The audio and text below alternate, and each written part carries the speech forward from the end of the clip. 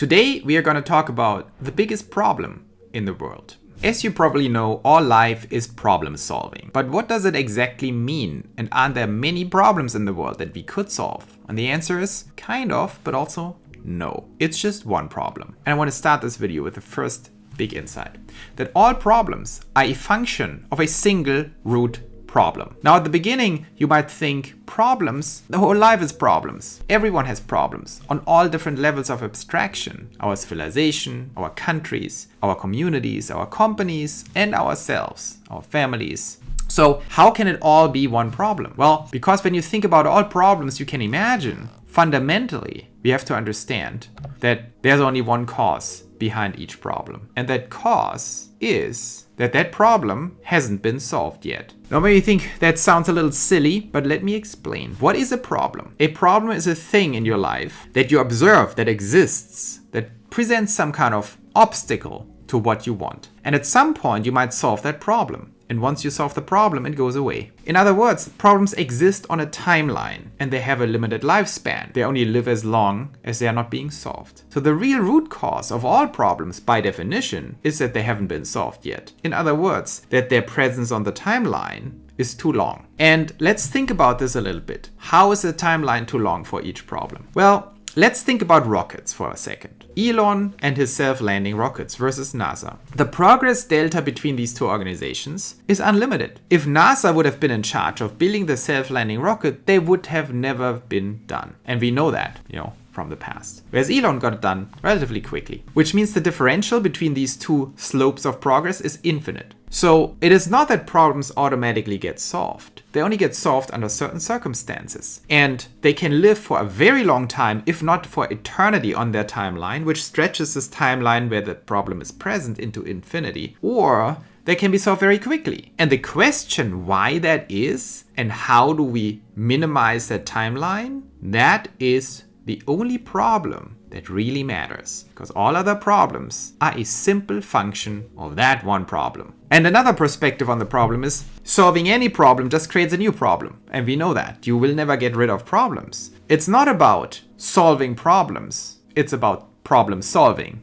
The rate at that we remove problems from the timeline is what truly matters in life, not each individual problem. And the solving rate of problems is probably the most important variable for personal happiness and civilizational progress. And so our purpose in life is to engineer reality. And why is it our purpose? Because the human brain is wired to solve problems. Or, in other words, the human brain is wired for problem solving. It's what makes us most happy and gives us the flow, both individually and as a civilization. And if you interrupt that flow, or if you're bad at the flow and you get stuck in certain problems, they could be personal or they could be civilizational, then you get into real big trouble. So the civilizational flow is how can we continuously minimize the problem dwell time on the timeline. I want to introduce another formula here to make this a little bit more mathematically describable. And that is the progress formula, very simple formula. Progress equals value per time squared. So when you imagine any kind of system, right, that you live in, the system has a certain rate of progress or rate of value production, right? For example, the economy. The economy produces, let's say, $20 trillion in value per year. So value per time,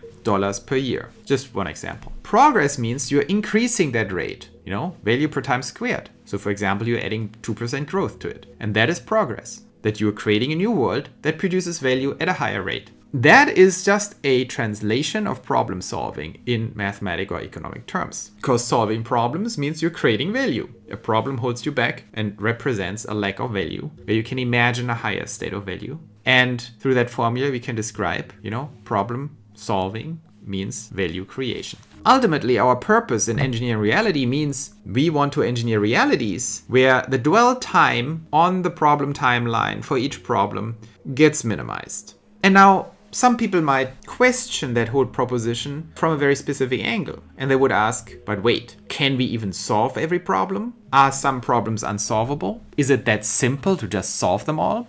Well, think about it. Think about what happened so far in the history of civilization. 100% of everything you see around you has been engineered by humans over the last 10,000 years. 100%. It's actually hard if you sit in any kind of building to look around and see anything that hasn't been engineered by humans. And right now, we are at an incredible inflection point. So theoretically, everything can be engineered. Theoretically, because it's just, the universe, the reality, consisting of components, consisting of certain constellations of components that we can rearrange any way we want once we crack the formulas that allow us to achieve a certain rearrangement of these components that represents a future that we want. But that theory is also being brought to life right now because we are at a very important complete inflection point. I will tell you some numbers why everything can be engineered is more true than ever on an exponential level today and in the next 10 years. Over the last 20 years, do you know how much global compute power has increased? Vastly above 1 trillion times. The power of total compute in the world, the number of processes computers go through every single minute or hour, whatever time unit you want to choose. 1 trillion X. And estimations show that planetary intelligence, which is the total intelligence on the planet, will increase by 1,000 times over the next 5 years. And I think that's incredibly conservative. That takes into consideration human consciousness and connectivity, but puts AI on top of it. So intelligence is the next level of compute power, where we have actual intelligence that understands, digests, and restructures the world. 1,000 times. And these numbers are representative of our engineering power, the power of engineering reality. Now, what's important is, if all problem solving is engineering reality, that the people who engineer reality are a very specific type of person. I call them the pioneers. And pioneers combine 3 important things that make them pioneers.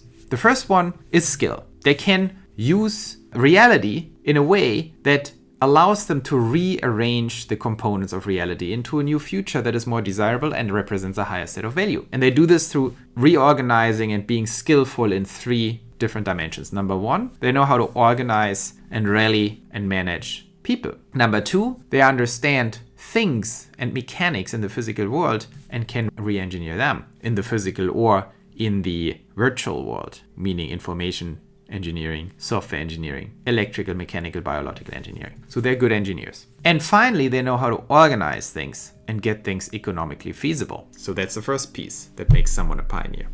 The second piece is the method they're applying. I call this method the engineering cycle.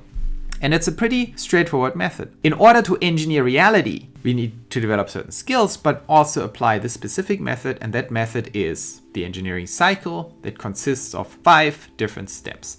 Number 1, we have to learn about how the world works by talking to people or by reading up on stuff or watching videos, whatever it is. Number 2, once you learn, you need to imagine. You need to imagine how what you learned can help you reshape and reimagine the future and the pathways and mechanics to transform the current reality into that future reality that you want. And number 3, you need to build. You need to build what you just imagined and see if it works. From there, you repeat. Number 4, you repeat. So you learn, you imagine, you build, and then you relearn, reimagine, rebuild. And this repeat should happen fast. So you have maximized runway and you don't waste too many resources.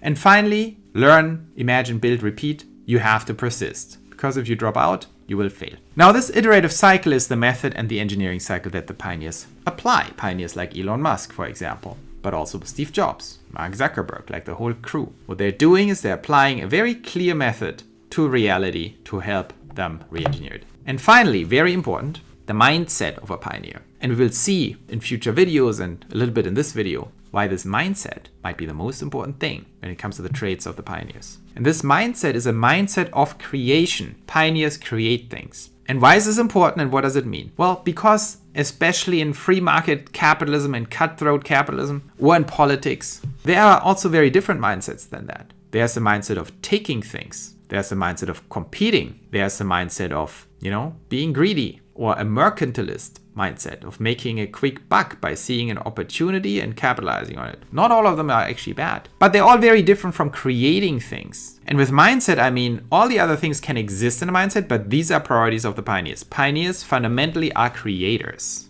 And ideally, in an ideal world, they are nice creators. But there's a connection between being creative and being nice. People who are creative, they don't see the world as a zero-sum game. They don't think, oh, you have something, I want that specific thing, so I'm going to take it. They are going to see the world, and then they're going to see beyond the world. because they have an imagination and they're creative. And they will see things that don't exist yet. And that makes them, there's a tendency that makes them very nice people. Because what is a nice person? A nice person is not threatening. A nice person is not trying to take away things. A nice person is not in a mindset of scarcity and becomes competitive with everyone else. A nice person is gracious, has gratitude, is nice to others and gives and doesn't take. But in order to be an effective, nice person, you need to be a creator. So you know that there is more than what we see because you have the power of creation. So we will see that this is actually the key of civilizational survival, that we have a creative and imaginative mindset that makes us creators of universes, of futures, and creators, therefore, of abundance, who don't have to be greedy and take stuff from each other.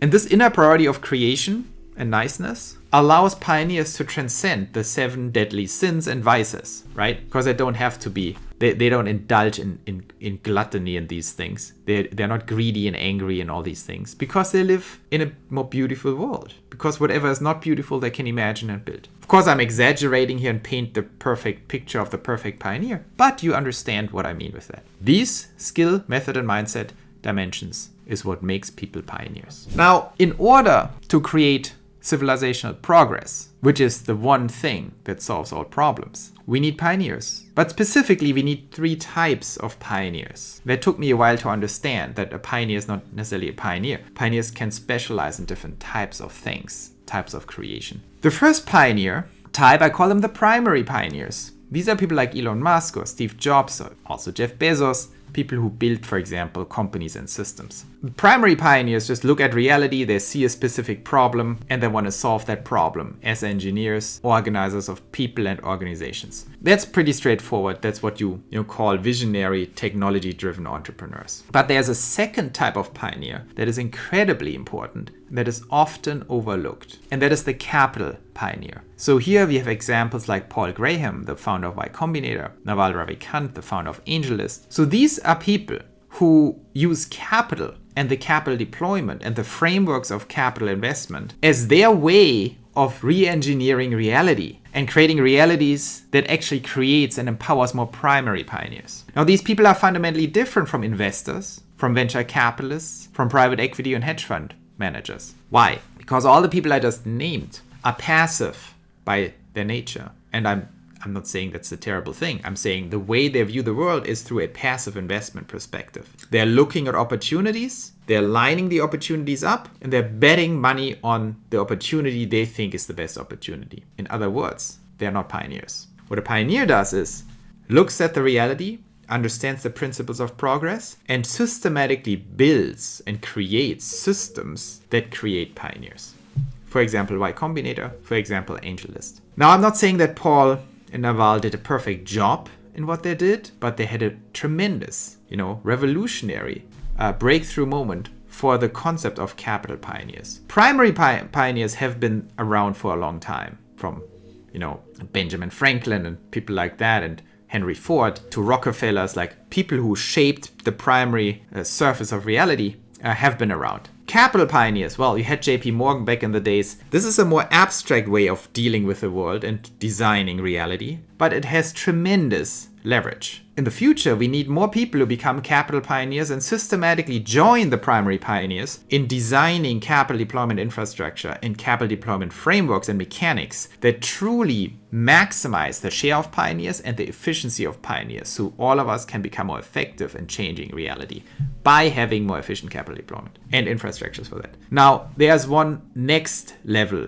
pioneer that might be even more important and more abstract than the capital pioneers, and that's the cultural pioneers. Now, the cultural pioneers, they are in charge of making sure that we build new frameworks of reality that maximize the share of primary and of capital pioneers and maximize the efficiency at that these pioneers can operate. That has to do with media, with knowledge, with connectivity. Podcasts, for example, the All-In podcast, right? Very important with our 4 friends here, Sachs and Friedman and Jason Calacanis and Chamath, that have become a cultural force for, intelligent design of economics and innovation. This is incredibly important because the primary guys have to be inspired and people have to be inspired to join them as entrepreneurs. And the capital guys, they need to be inspired. So the cultural pioneers create the connective tissue. And as my example shows you, these guys can be the same. You can be a primary pioneer, then turn into a capital pioneer, and then add the cultural component to it. So these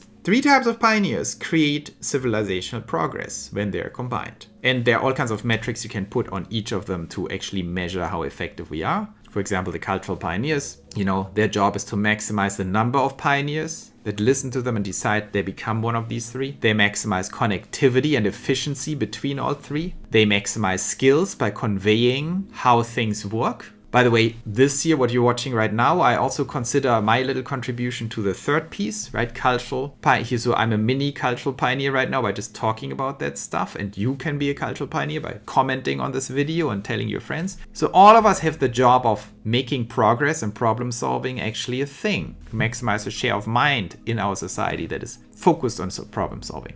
And then the capital pioneers, we can measure their KPIs. Very simple. How much total pioneer capital is available that goes into disruptive innovation? What is the efficiency of capital deployment? So how much waste is in there? How many wrong decisions do we make as venture capital and seed capital communities? And there's tremendous waste right now. It's not very efficient. And then what is the deployment speed and the effectiveness of the deployment funnel, right? So you have seed stage entrepreneurs, first time, early stage. Then you have early stage, you have Series B, C, D, you have IPOs, you have then companies like Tesla, like Innovation Capital, ARK Invest. This is a whole funnel that needs to be smoothened out, right? Because if any piece of the funnel is missing, the whole funnel becomes less effective. That is the mission of Pioneer Capital. How can we construct these funnels that fund disruptive primary pioneers in the most effective way all the way to trillion-dollar companies? And how do we remove all kinds of capital deployment friction? Now, the potential pace of progress, once we understand these fundamental dimensions of problem solving, is by definition unlimited. But again, I want to put some numbers to work here to make sure we all are on the same page how unlimited and how concrete that limitless nature of progress is. Right now, roughly 15,000 people in the United States are technology entrepreneurs and founders, which is the only type of pioneer, unfortunately, that we have right now. 15,000 people. And that's, I think, already a high number, high estimate of actually effective tech founders. Now, they are being matched by roughly 15,000 venture capitalists and angels. That's like a rough estimate, but something around there. Effective people who are capital pioneers. And a negligible amount of people are actually cultural pioneers. It's probably 1,000 or something. It's a tiny number. Now, that represents 0.01%. 0.01% of the American population. Now, 0.01% of the American population is currently involved in generating progress. And I know that some people say, what about scientists and so on? But when you look at scientists and the academic community, you don't need to be, Einstein to figure out that the level of efficiency of scientific research that's going on right now is negligible. This is a mess. So we would need way more pioneers in there to actually fix science too. Maybe it's 0.02% if you stretch it a lot, but maybe it's even less than 0.01%. Whatever it is, it's a tiny fraction of the population. And given the fact that we literally have nothing else to do than trying to solve problems, there's nothing else to do by definition. We are in not the best shape compared to where we could be. And in other words, if you just think about getting to 20% of the population instead of 0.01%, you're talking about a 2,000 times increase in progress, in the slope of progress that is possible. So these are, of course, very, very rough assumptions here, very raw assumptions that 20% of the American population has the potential to be active pioneers. Some people say it should be 100%, some people say it's 1%, doesn't matter. What I'm saying is we have to recognize that there is a massive multiplier potential here in making this a priority and pushing people into this pioneer world. And by doing so, we could massively increase the amount of problem solving or pace of problem solving, which has a direct impact on economic growth, on technological advancements. And in other words, whatever that number is, if it's 1,000x or 20,000x or 500x, even a 2x would be crazy. There is unlimited upside. There's literally a limitless upside today, what we could do if we fix the problem-solving capabilities of our civilization. So what does it all mean? What is the biggest problem in the world? The biggest problem in the world is the question how we solve all the other problems. And the answer to it we now understand very well. The answer is we need to maximize the share of pioneers in our society. With every incremental improvement of the share of pioneers, the number of people as a percentage of the population who engage in these three pioneering modalities, every incremental progress has a direct impact of the rate of problem solving in our world, which has a direct impact on the quality of life, the happiness, economic growth, and every civilizational progress metric you can imagine. And so what I propose is we have to recognize that's the number one problem in the world, and that's probably the only problem we should be focusing on. It's the only problem we should be focusing on. It's the biggest problem in the world because all other problems are a function of it. And if you set this 20% target share engaged in reality engineering from 0.01% right now, I believe we could get into a reality very quickly,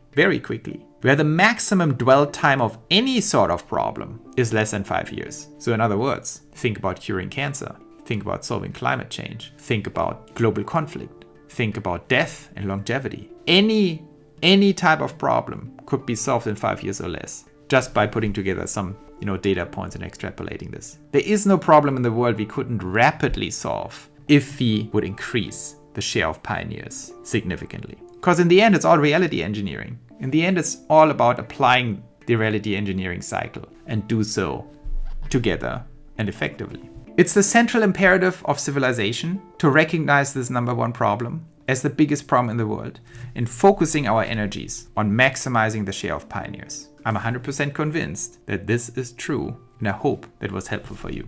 So now you know what I think the biggest problem in the world is and what we have to do to maximize humanity's progress.